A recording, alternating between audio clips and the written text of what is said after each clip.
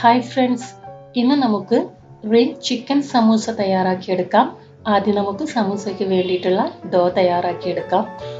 ഒരു ബൗളിലേക്ക് നമുക്ക് 2 കപ്പ് മൈദ ചേർത്ത് കൊടുക്കാം.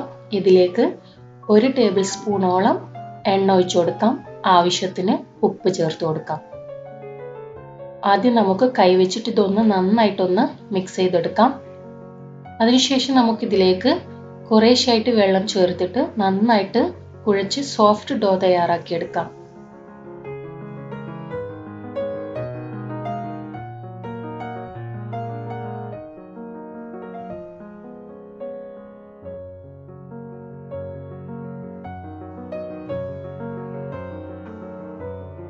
ഇപ്പൊ നമ്മുടെ ഡോ തയ്യാറായിട്ടുണ്ട്. ഇതൊന്ന് അടച്ചു വെച്ച് അരമണിക്കൂർ റെസ്റ്റ് ചെയ്യാൻ വെക്കാം.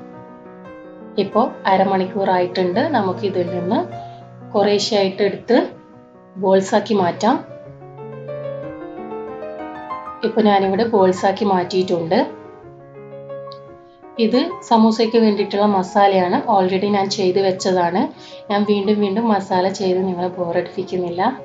അപ്പോൾ അറിയാത്തവരുണ്ടെങ്കിൽ ഞാൻ ഓൾറെഡി അപ്ലോഡ് ചെയ്ത ചിക്കൻ കേക്കിൻ്റെ സെയിം മസാലയാണിത്. അപ്പോൾ അത് നോക്കിയിട്ട് ചെയ്യാം. ഇതിൽ പ്രത്യേകിച്ചൊന്നും ചേർത്തിട്ടില്ല. എല്ലാവരും ചെയ്യുന്ന സെയിം മസാല തന്നെയാണ്, സമൂസൻ്റെ മസാല തന്നെയാണ്. ഇനി നമുക്കിതൊന്ന് പരത്തിയെടുക്കാം.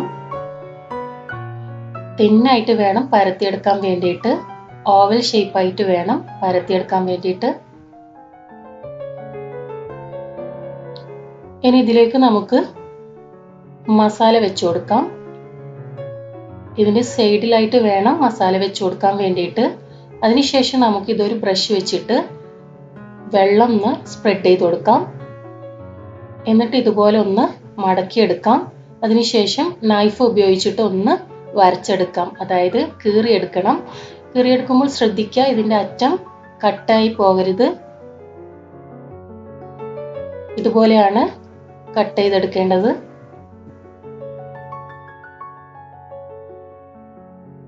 ഇനി ഇതിൻ്റെ എല്ലാ സൈഡും നമുക്ക് ബ്രഷ് വെച്ചിട്ട് വീണ്ടും വെള്ളം ഒന്ന് സ്പ്രെഡ് ചെയ്ത് കൊടുക്കാം. അതിനുശേഷം ഇതുപോലെ റോൾ ചെയ്തെടുക്കാം. ഇനി ഇതുപോലെ ഇങ്ങനെ റിംഗ് ടൈപ്പായി മാറ്റാം. ഇതിനുശേഷം 2 സൈഡും കൂട്ടി യോജിപ്പിച്ചെടുക്കാം. ഇതുപോലെ തന്നെ ബാക്കിയുള്ളതെല്ലാം ചെയ്തെടുക്കാം.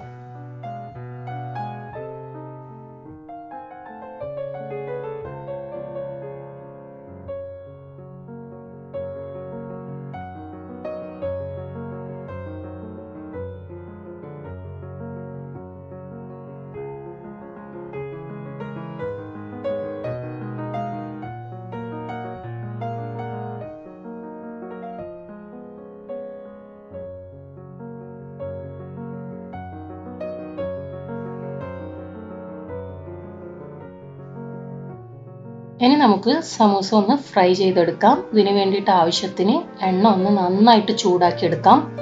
മീഡിയം ഫ്ലെയിമിൽ വെച്ചിട്ട് വേണം ഫ്രൈ ചെയ്തെടുക്കാൻ വേണ്ടിയിട്ട്. ഗോൾഡൻ കളർ ആവുന്നത് വരെ ഫ്രൈ ചെയ്തെടുക്കണം.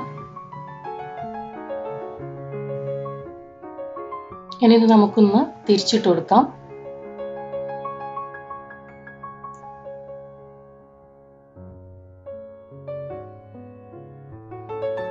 ഇപ്പൊ നമ്മുടെ സമൂസ റെഡി ആയിട്ടുണ്ട്. നമുക്ക് എണ്ണയിൽ നിന്ന് എടുത്ത് മാറ്റാം. ബാക്കിയുള്ളതെല്ലാം ഇതേ രീതിയിൽ തന്നെ ഫ്രൈ ചെയ്തെടുക്കാം.